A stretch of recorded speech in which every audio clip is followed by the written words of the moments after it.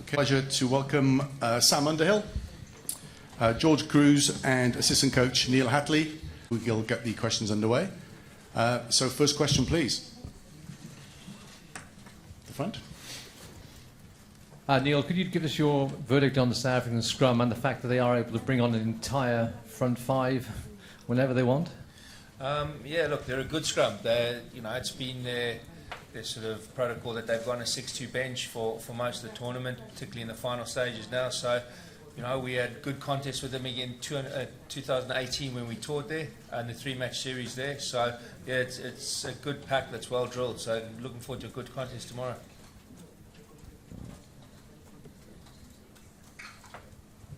Mick? Yeah, sorry, can I do the box standard question? Everybody fit and available and come through this morning's train out? We've just finished training now, obviously. So, all 31 available for selection. So, a good place. At the front. Neil, you're one of a number of guys who have links with South Africa, was coached there before, lived there before, born there even. What insight do you think that would bring to you guys, particularly in terms of the South African mindset or their physicality and trying to bash you guys? Just so we're clear, I was actually born in England, but lived in South Africa. So people keep putting that I was actually born in England. So, but yeah, look, we know some of the coaches. I played against Matt Proudfoot, played against Russie. So I think their mindset. You've seen how they've won games over the last few weeks, and it works for them. They're very good at it. Mitch is. John Mitchell's coached quite a few of the players that are R.G. Snyman, Andre Polo, people like that. So yeah, it's handy having obviously his input as well. But it's a pretty clear blueprint that they've been using. Yeah, at the front. George, how are they as a line-out team, and have you joined Steve Borthwick in learning Afrikaans? I haven't yet, actually. Look, they've got a good line out. They've got a good set piece, as Hats was saying, and it's going to be a good test for us. They've got a very large pack, but like Hat said, it's a strategy they've been using for the last kind of 6 months or so. So we've got a good idea of what they're about. Obviously, we're open to anything new that they'll bring, but we've done our analysis and we'll be quite confident.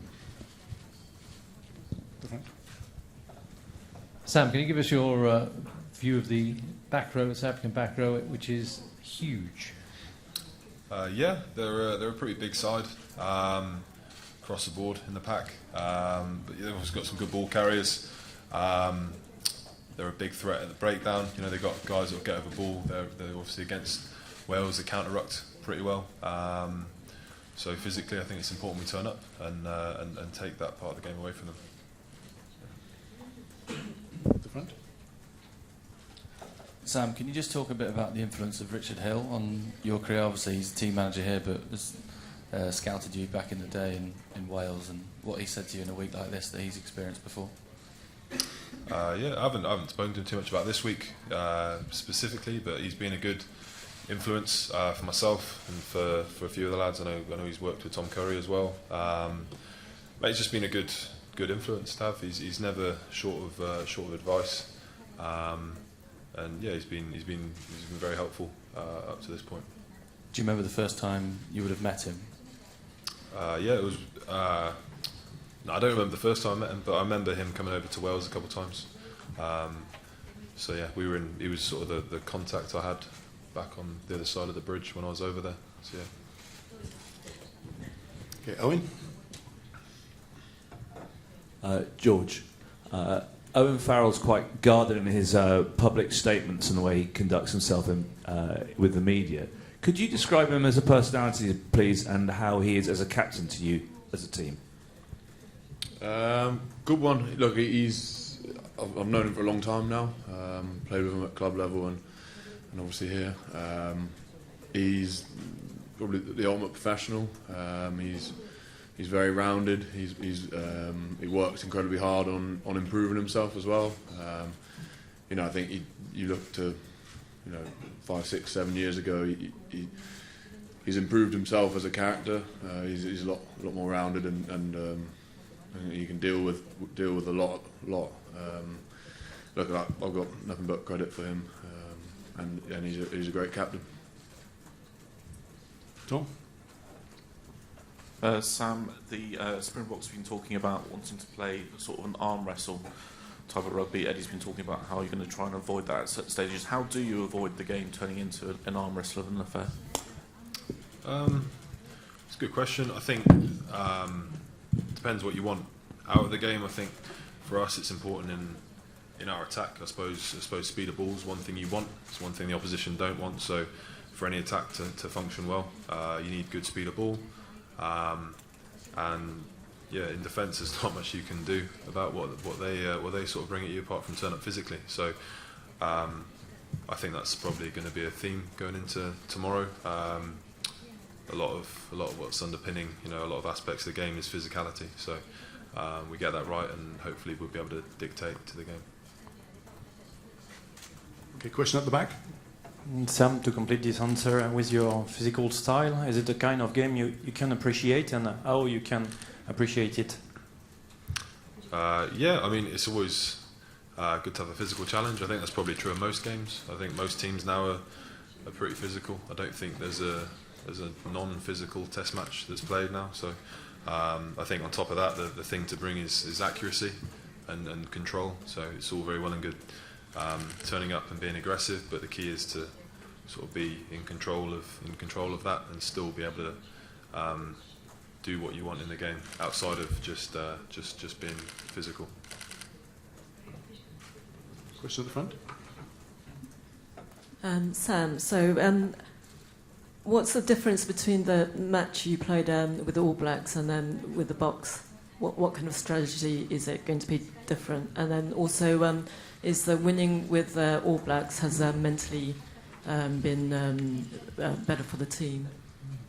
So the second bit of your question, in terms of how last weekend sort of affected us, I think it's probably given us more confidence as a group. I think every performance we've had up to this point has probably given us more confidence and sort of brought us closer together as a team. In terms of the challenge posed, I think that they're a different side to the All Blacks. They're probably a bit more direct. There'll probably be a bigger set piece focus, for them. I think their mauls are a good part of their game. The scrum as well, something they sort of pride themselves on. So again, not to reiterate the phrase, but physicality is going to be a big part of it, and our accuracy in what we do.ジョージ選手に大丈夫なのか Thank you、前回大会予選プール敗退という非常に悔しい No, not working for me. OK Thank you、前回大会予選プール敗退ということで非常に悔しい思いをされたと思いますが、明日勝って優勝すれば全てその悔しさは払拭できるでしょうか。I think you learn a lot from the last World Cup. A lot of good teams or teams that have done things have definitely lost or gone through learning phases previously. Although it doesn't give us any right for tomorrow, we've got to turn up and do the job. It definitely it will help kind of give us the experience maybe.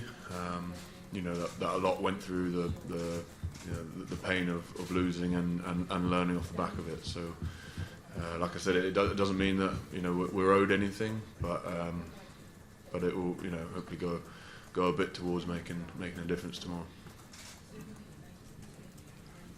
Mitch at the back. Hi Sam, are you going to have to be quite selective in how you attack rocks? Having watched that Wales game, if you go smashing into every rock, and there's going to be a lot of them, are you going to have to kind of make a decision each time that this is one we need to challenge and another one is one where we just need to get set maybe to receive a high kick?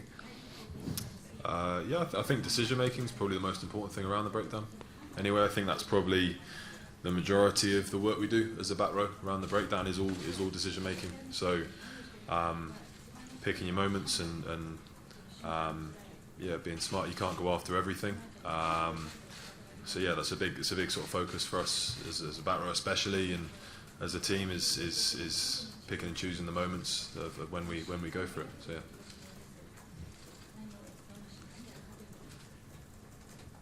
Okay, yes, in the middle.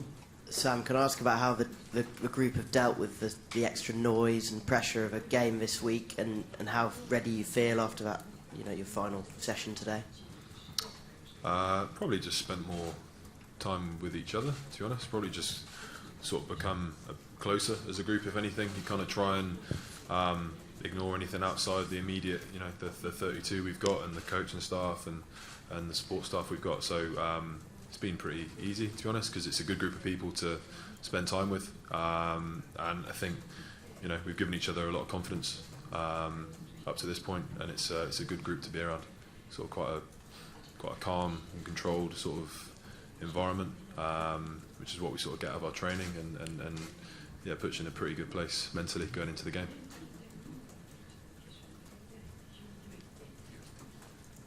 Hugh? Hi, George. Last week, Eddie named the finishing side first. Did he do that again this week? And in any case, has he changed your way of thinking about that situation? Did he? There is a massive emphasis on the finishing side, and I think from different experiences, I fully believe it. I fully buy into it. It's not it's not starting and benching. I see it as everyone's got a role within that 23, just like everyone does in the 31. If you look at the players they can bring on, their points at the end of the game. They start well and they finish quite well traditionally, looking at statistically the points and when they score them. So have we got a role as finishers? A massive role. And there's we're very confident in our bench, in our finishers, and looking forward to it really. But like I said, they've got a really good pack. They've got a 6-2 split on the bench, so we know what's coming, and it's about kind of manning up and dealing with it. Chris? George, accepting this is the biggest final, for those of you who have a lot of experience in this squad of finals, is there a finals mentality you bring into these last couple of days, and can you help those guys who haven't been in those situations for big games? I think there is. There's definitely an understanding of nerves and kind of how you deal with them maybe a bit more. I remember my first final. You definitely overthink a lot of stuff. You're trying to get everything perfect, and I guess there's an understanding that maybe once you've played a few that you just get your processes right, and you don't have to overthink things. Obviously it is a massive game, but for us we've got to almost see it as another game, and then just making sure that mentally it doesn't get to you, which is probably a learned thing, but also I would say we've done a lot of work to trying to build up these momentum, these moments. We've dissected and looked across our previous games where there had been some issues. Look at the Wales game back in Six Nations. I think we've come through that and worked on that unbelievably hard, and to see it as like something that we've targeted, and then seeing the progression in each game, you see that it's been brilliant for us, and something that we've targeted and really put some more work into. Chris, at the front. Sam, have many of the guys got relatives, family out here with you and supporting you, and just how special will it be to go into this massive occasion with a lot of people there? I think most of the lads have got family or friends or partners out here now.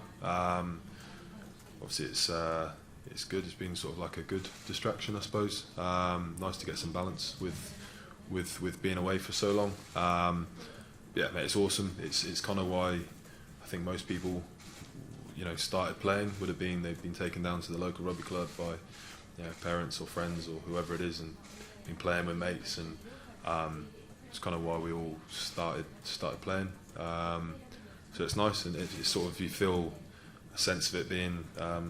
Obviously, we're focused on ourselves, but you get a bit of a sense of the bigger picture of what it's all about, what it means to your sort of friends, your family, and your loved ones, which is always nice. Question at the back. Sam, this England team's the youngest World Cup final team in the professional era. Do you think that youthfulness helps you in a way, in that you know that you've got time? Time for what? Well, time if it doesn't happen on Saturday. Is there a calmness about the team, do you think, because people feel like they've got an extra opportunity? I don't think that's it. Like, I don't think we're thinking, oh, we'll just go again in another 4 years if it doesn't go right.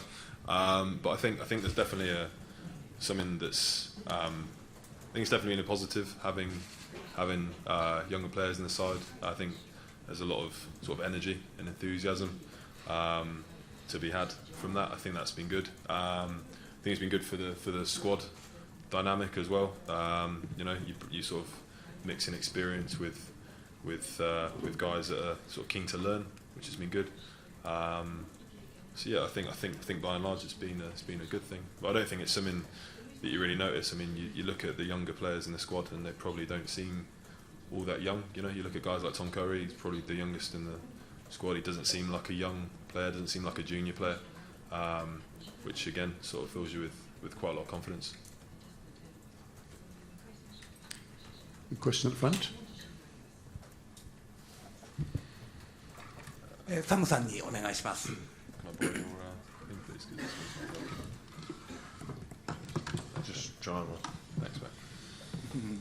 サムさんお願いします。監督のエディ・ジョーンズさんが、ある意味、最もこの決勝も含めた経験ある人だと思うんですが、エディさんの、経験によってチームが与えられているもの、エディさんから学べているもの、何かあれば聞かせてください。お願いします。Yeah, Eddie's been brilliant so far. He's a coach that makes life as simple as it can be and as easy as it can be for a player. He doesn't overcomplicate things, which as a player I suppose is all you can really ask for.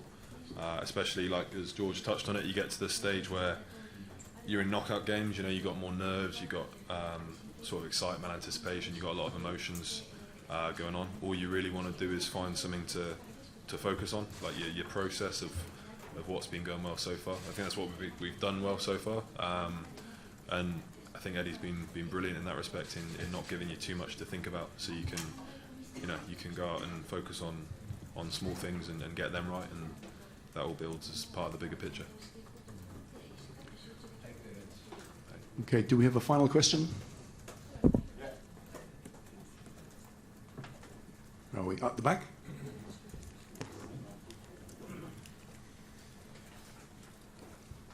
Thanks. Have you received a message of support from the royal family, and what does it represent for you? Sorry, what was that? Sorry.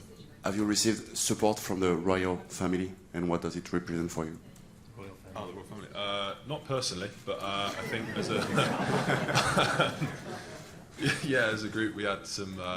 We've had a couple messages from. Prince Harry sent us a nice message of support, which was nice to receive. Showed his little lad in an England shirt, so that was a nice touch. But yeah, I'm still waiting on my personal message. Yeah, personal message. Yeah.